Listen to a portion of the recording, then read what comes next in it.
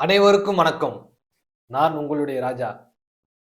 அதாவது இந்த பெற்ற பிள்ளைங்க என்ன பண்றாங்கன்னா, நம்மள பெத்த தாய் தகப்பன விட்டுட்டு துபாய், அமெரிக்கா அவங்க போயிட்டு அவங்க ஃபேமிலிய பார்த்துக்கிட்டு ஹேப்பியா இருக்கிறாங்க. ஆனா தன்னோட பெற்ற தாய் தகப்பன இங்க இந்தியால, தமிழ்நாட்டுல விட்டுட்டு பல மூலைகள்ல போயிடுறாங்க. இது ஜெனரலா பார்க்கணும்னா உலகம் முழுக்க நடக்குது இது. ஒரு கொடும ஒண்ணு நடந்ததுங்க. அத உங்களுக்கு சொல்றேன். உண்மை சம்பவங்க. நான் கராட்டே கிளாஸ் போவேன். அதாவது ட்ரை எனர்ஜி கராட்டே அகாடமின்னு ஒரு அகாடமி அது. குஜ்ரி ஸ்டைல். நான் இப்போ கராட்டே கிளாஸ் கத்துக்கிட்டு இருக்கேன். நான் போறேன். டோஜோ பேக் மாட்டிட்டு நடந்து வருவேன். அப்போ ஒரு நாள் போயிட்டு இருக்கும்போது ஒரு பைக் கலகலத்து போன பைக். சரிங்களா? ஒரு வயசானவங்க 2 பேரு. Husband, wife. அவரு பார்க்க ரொம்ப கண்ணாடி போட்டுக்கிட்டு சிகப்பா இருக்காரு. ஆ வயசானவரு. அவங்க மனைவிய காய்கறி காய்கறி வாங்கிட்டு பின்னாடி உட்கார வச்சுட்டு வர்றாங்க. பக்கத்துல சாக்கடை. நம்ம ஆழமான சாக்கடை. வந்துட்டு இருக்கும்போது நான் ஆப்போசிட்ல போறேன். அவங்க ஆப்போசிட்ல வராங்க. அது நான் சொன்னேன் இல்லையா? டெல்லர் சவுண்ட் ஏரியா கொஞ்சம் பெரிய ஏரியா. ரொம்ப அமைதியா இருக்கும். சரி, இப்ப நான் அங்க போயிட்டு இருக்கிறேன். ஆப்போசிட்ல வராங்க. வண்டி ஆடிட்டே வருது. என் கண் எதிர்ல விழுறாங்க. அது நான் இருந்தேன். கடவுளுடைய சித்தம். ஸோ, அவங்க அடி விழுந்து கால் மாட்டிக்கிச்சு. அந்த அம்மா கீழ விழுறாங்க. காய்கறிலாம் கவுள்ன்னு செதறுது. காய்கறிலாம். எனக்கு மனசே கேட்கல. என்னடா நான் ஓடுறேன். தூரத்துல பார்த்துட்டு வேகமா நடந்து போயிட்டு, ஆ அந்த பாட்டியம்மாவ தூக்கிட்டு, அப்புறம் அவர் தூக்குங்க, அவர் தூக்குங்க. அந்த பாட்டியம்மா பாருங்க. அந்த நேரத்துல கூட, அவர தூக்குங்க, அவங்க விழுந்துட்டாங்க. அவங்களும் கேதா இருக்காங்க. அவங்கள தூக்குங்க, அவங்கள தூக்குங்க. எனக்கு காயம் படல. எனக்கு கடவுள் பாருங்க. முதியோர்கட்டும், குழந்தைகள்ட்டும் கடவுள் இருப்பது மெய். இறைவன் இருக்கிறான். சத்தியமா கடவுள் இருக்கிறான். அவங்க உடம்புல சின்ன காயம் கூட படல. ஒரு கீறல் கூட இல்ல. ஒண்ணும் ஆகல அவங்களுக்கு. கடவுள் இருப்பது மெய். அந்த வயசானவங்க என்ன பண்றாங்க, அவங்க கணவன தூக்க சொல்றாங்க. நான் போய் தூக்குறேன், கால் மாட்டியிருக்கு. தூக்கிட்டேன். வண்டி வண்டி கலகலன்னு இருக்கு. தூக்கிட்டேன். அந்த வயசானவங்க அந்த பாட்டி என்ன பண்றாங்க, ஃபீல் பண்றாங்க. என்னன்னு ஃபீல் பண்றாங்க தெரியுமா? என் புள்ளைங்க இருந்தா இந்த மாரிலாம் நடக்குமா? விட்டுட்டு போயிட்டாங்கப்பா. விட்டுட்டு போயிட்டாங்க. ரொம்ப அத சொல்லி சொல்லி ஃபீல் பண்றாங்க அவங்க. தனியா இருக்கிறோம். எங்களுக்கு யாரும் ஆளே இல்ல அப்படின்றாங்க. ஓ!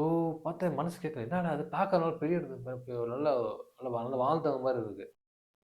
நான் என்ன பண்றேன், சரி திருப்பி வண்டி ஆடுது. எப்படி வீட்டுக்கு போவாங்க? சரி வீடு எங்கேங்க கேட்டேன். அன்னைக்கு கராட்டே கிளாஸ் லீவ் போட்டேன் நானு. என்னாச்சு வீடு எங்க கேட்டேன். வீடு பார்த்தா என் வீட்டுக்கும் ஏன்னா அந்த ஏரியால இருக்கிற என் வீடு நடுவுல மிட்ல இருக்கு. நான் இந்த சைடுல இருக்கேன். அவங்க வீடு என் வீடு தாண்டி இருக்கு. அப்ப என்ன பண்றேன், கழுத்து போன வண்டி என்ன பண்றேன், எடுத்துக்கிட்டு அவங்கள ஓட்டாதீங்க. நான் உட்காச்சு ஒருத்தர போய் விட்டு வரல பார்த்தா அந்த வண்டி கண்டிஷன் சரியில்ல. ஏன்னா கலகலத்து போயிருக்கு வண்டி. பழைய ஓல்டு மாடல் வண்டி. ரொம்ப வருஷமா யூஸ் பண்றாரு போல அந்த வண்டிய. அப்புறம் சரி மச்சான் சொல்லிட்டு நடந்து போன்னு சொல்லிட்டு அந்த வண்டி நான் தள்ளிட்டு வரேன். அவங்கள என் கூட நடந்தே வராங்க. என் வாக்கிங் டிஸ்டன்ஸ் தானே. நீங்க ஏம்மா வேலைக்காரன அனுப்பலாம்ல. நீ சொல்லிட்டா, இல்லப்பா சொல்லிட்டு சொல்லிட்டாங்க. நான் தள்ளிட்டே போறேன். வீடு கிட்ட வந்துருச்சு. வீடு கிட்ட வந்துச்சு. வீட்டுக்குள்ள பார்த்தா பெரிய ஃப்ளாட்டுங்க அது. ஃப்ளாட்ல ஒரு லக்ஸரியான ஃப்ளாட்ல அவங்க ஹஸ்பண்ட், ஒய்ஃப் இருக்காங்க. காய்கறி வாங்கலாம் போயிருக்காங்க. அப்ப பார்க்குறேன். என்னமாச்சுன்னா, அவங்க பசங்க அமெரிக்கால இருக்காங்க. அமெரிக்கால போயிட்டாங்களாம். போனவங்க வரவே இல்லையாம். தனியா கஷ்டப்பட்டுட்டு இருக்காங்களாம். அவங்க சொல்றாங்க, "நீங்க வேணா இங்க அமெரிக்கா கிளம்பி வந்துருங்க." அப்படின்னு சொல்றாங்களாம். அங்க போனாலும் மருமக மூஞ்ச காட்டாளாம். ஸோ இத சொல்லி தான் நான் அந்த இத சொல்றாங்க. ஸோ அந்த வகையில பெத்த பிள்ளைங்க தான் அரவணைக்கணும். பெத்தவங்கள பாதுகாக்கணும். ஸோ ஒரு வயசானவங்க பாருங்க, எவ்வளோ கொடுமை பாருங்க. வயசான முடியாத காலத்துல, இன்னைக்கு நம்ம இருக்கிற இந்த வயசுல நமக்கு பார்த்தீங்கன்னாக்கா, என்ன சொல்றது? நான் பாருங்க இதெல்லாம் என்ன வயசாகுது? என்ன கேடு எனக்கு? ஆனா, ஒரு வேலை செய்றது கிடையாது நான். சோம்பேறித்தனம். அத தாண்டி நம்மளுக்கே ஒரு சில நேரங்கள்ல உடல்நிலை பார்த்தாக்கா பயமா இருக்கும். அதேபோல அந்த வயசானவங்களுக்கு எப்படி இருக்கும்? வயசாயிடுச்சு. அவன்லாம் நல்லா தேஞ்சு தேஞ்சு வேலை செஞ்சு தேஞ்சு ஆஃபீஸோ ஏதோ ஒரு வேலை. ஆனா ஓடி ஓடி தினம் தினம் தினம் ஓடி ஓடி ஓடி உடல் எப்படி இருக்கும்? வயசாயிடுச்சு. ரத்த எண்ணெய் ஓட்டம் கம்மியாகுது. அப்படி இருக்கும்போது அவங்களுக்கு வந்து என்னன்னா, இந்த வயசான காலத்துல, முடியாத காலத்துல, நம்ம உணவு சாப்பிடுறது நம்மளே தான் போய் ஆகணும்னு சொல்லிட்டு போய், எவ்வளோ பேர் எத்தன நாளைக்கு வேலைக்காரருக்கு காசு குடுக்க முடியும்? பென்ஷன் வருதா? ஆல்ரெடி சம்பாரிச்சு வச்சுட்டு தான் அவங்க செலவு பண்ணிட்டு இருப்பாங்க. பெத்த பையன் வந்து பணம் குடுத்ததா ஆச்சு, குடுக்கலன்னு ஆச்சு. ஆனா நல்ல ஃப்ளாட்ல இருக்காங்க. கஷ்டப்படுறவங்க நல்ல ஃப்ளாட்ல இருக்காங்க. ஆனா அவங்க போய் வாங்கிட்டு போய் கீழ விழுந்து முடியாம ஆயிடுச்சுன்னா, சப்போஸ் எதுவும் ஆயிருந்தானே இருக்கும். அப்ப யார் அவங்களுக்கு பார்ப்பா? அனாதை பையன மாரி தூக்கி போடுறாங்க பல இடத்துல. தாய் தகப்பன, வயசானவங்கள. பெத்த புள்ளைங்க வராம. இது நடந்துட்டு தான் இருக்கு. அந்த வகையில ரொம்ப கொடுமையான விஷயம். அது என் வாழ்க்கையில ரொம்ப பாதிக்கப்பட்டேன். அந்த விஷயம் ரொம்ப ஃபீல் ஆயிடுச்சு எனக்கு. ரொம்ப ரொம்ப ஃபீல் பண்ணேன். நான் சொல்லிட்டு வந்தேன். "உனக்கு எதாவது தேவைன்னா, கண்டிப்பா எதாவது கூப்பிடுங்கம்மா" சொல்லிட்டு நம்பர்லாம் குடுத்துட்டு வந்தேன். ஆனா இதுவரைக்கும் என்ன இதுவரைக்கும் தொந்தரவு பண்ணதே கிடையாது அவங்க. என்ன கூப்பிட்டதே கிடையாது. அது ஆயிப்போச்சு பல விஷயங்கள் ஆயிப்போச்சு. ஒரு 8 இயர்ஸ் ஆயிடுச்சு. அதனால உ உங்க கண் எதிர்ல ஒரு முதியவர்கள் கஷ்டப்பட்டாங்கன்னா ஹெல்ப் பண்ணுங்க. அவங்களுக்கு எதாவது கேட்டா வாங்கிட்டு வந்து குடுங்க. சரிங்களா? அவங்க ரோடு கிராஸ் பண்ணி விடுங்க. அதேபோல எல்லா தொழில் கடைகளிலோ, ஒரு ரேஷன் கடையோ, நீ எங்கேயாலும் சரிதான். ஏர்போர்ட் ஆகட்டும், ஏதாகட்டும். வயசானவன் நிக்கிறான்னா, அவன வழி விட்டு அவங்களுக்கு முன்ன அனுப்பிச்சு விட்டு, நீ பின்னாடி போங்க. ஒண்ணும் பிரச்சனை ஆகாது. ஒண்ணும் கெட்டு போயிட மாட்டோம் நம்ம. இல்ல? அதேபோல ரோட்ல போகும்போது வந்து முதியோர்கள் யாருனா வந்து உங்கள்ட்ட எதனா கேட்டாங்கன்னா வாங்கி குடுங்க. சாப்பாடு வாங்கி குடுங்க. குடுங்க. என்ன வேணா குடுங்க. அள்ளி குடுங்க. கெட்டே மாட்டோம். இறைக்கிற கையில தான் சொரக்கும். நீ எவ்வளவுக்கு எவ்வளவு இறைக்கிறியோ சொரக்கும். நான் இறைச்சிட்டு இருக்கேன். இன்னி வரைக்கும் இறைச்சி தான். போதும்னு இறைச்சிட்டு இருக்கேன். எல்லாம் எங்க அப்பாவோட பணம். எல்லாம் எங்க அப்பா, அம்மாவோட பணம். என் பணம் வந்து இறைப்பேனா? நான் ட்ரை பண்ண மாட்டேன். நானும் உழைச்சேன். ஒரு டைம் கூட வேலைக்கு போறேன்னு சொல்லிட்டு நான் போயிட்டு எதனா பண்ணி காசு கைக்கு வந்துச்சுன்னா, சேம் அதே போல தான் இறைக்கிறேன். அப்ப தப்பு இல்ல. என் காசா இருந்தாலும் இறைக்கிறேன். என் ஃபேமிலி காசா இருந்தாலும் இறைக்கிறேன். நான் யார் காசா இருந்தாலும் இறைக்கிறேன். தப்பு கிடையாது. எறிங்க. காசு எறிங்க. எறைக்கிறது தப்பு கிடையாது. எறைச்சா தான் சொரக்கும். நீங்க எந்த அளவுக்கு காசு எரிக்கிறியோ சொரக்கும். ஏன் அதுக்கும் சொல்றேன்னா, உங்கள்ட்ட ஒருத்தன் வந்து கேட்கறான். தன்னுடைய எல்லாத்தையும் விட்டுட்டு தான் வந்து கேட்கறான். அதுக்காக நீங்க பணம் குடுக்கலாங்க.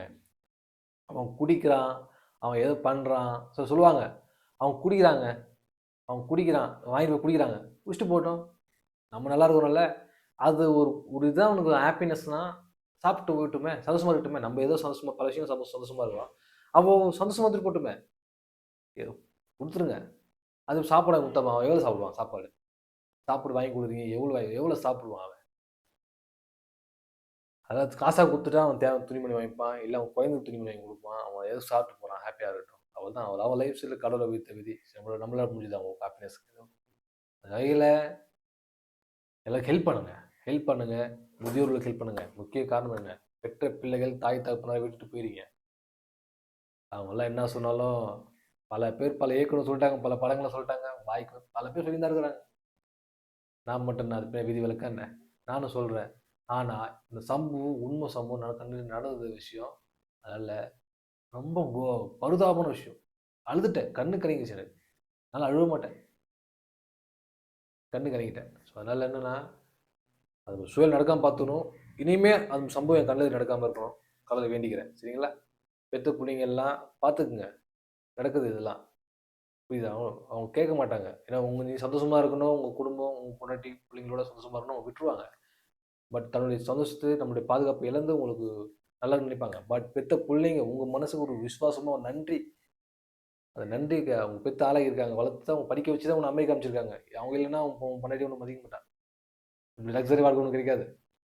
அந்த வகையில உங்க உங்க உங்க தாய் தகப்பனாருக்கு பாதுகாப்பு பண்ணிட்டு, அவங்கள ஹேப்பியா வச்சுட்டு, நீ எங்க வேணா போ. சந்தோஷமா இரு. யார் சந்தோஷமா இருக்க வேணாம் சொன்னா? சந்தோஷமா இரு, ஹேப்பியா இரு. எங்க வேணா போய் வேணா வா. அதே நீ எந்த சந்தோஷமா இருக்கியோ, அதோட பல மடங்கு செய்யணும். நம்ம ஒருத்தருக்கு நம்மளுக்கு ஹெல்ப் பண்ணிட்டாங்கன்னா, ஒரு ஹெல்ப் பண்ணா 100 மடங்கு நம்மளுக்கு அவங்களுக்கு ஹெல்ப் பண்ணணும்னு நினைக்கணும். அந்த தாட் ஃபர்ஸ்ட் கொண்டு வாங்க உங்களுக்குள்ள. மத்தவங்களுக்கு சொல்றேன் நானு. இது உன் தாய்க்கு நீ எவ்வளவு பண்ணணும்? உன் தாய் தகப்பனுக்கு நீ எவ்வளவு பண்ணணும்? கால சூழ்நிலை உன்னால இது பண்ண முடியாம இருக்கலாம். ஆனா உனக்கு ஒரு நல்ல நேரம் வரும்போது, நல்ல விஷயம் உனக்கு கிடைக்கும்போது, அவங்கள வந்து நல்லா பார்த்துக்கணும். நல்லா மொத்தத்தையும் குடுத்துறணும். உன்னையே நீ குடுக்க தயாராகணும். அந்த அளவுக்கு தாய் மீது தகப்பனாருக்கும் நன்றி, விசுவாசமாக இருக்கணும்.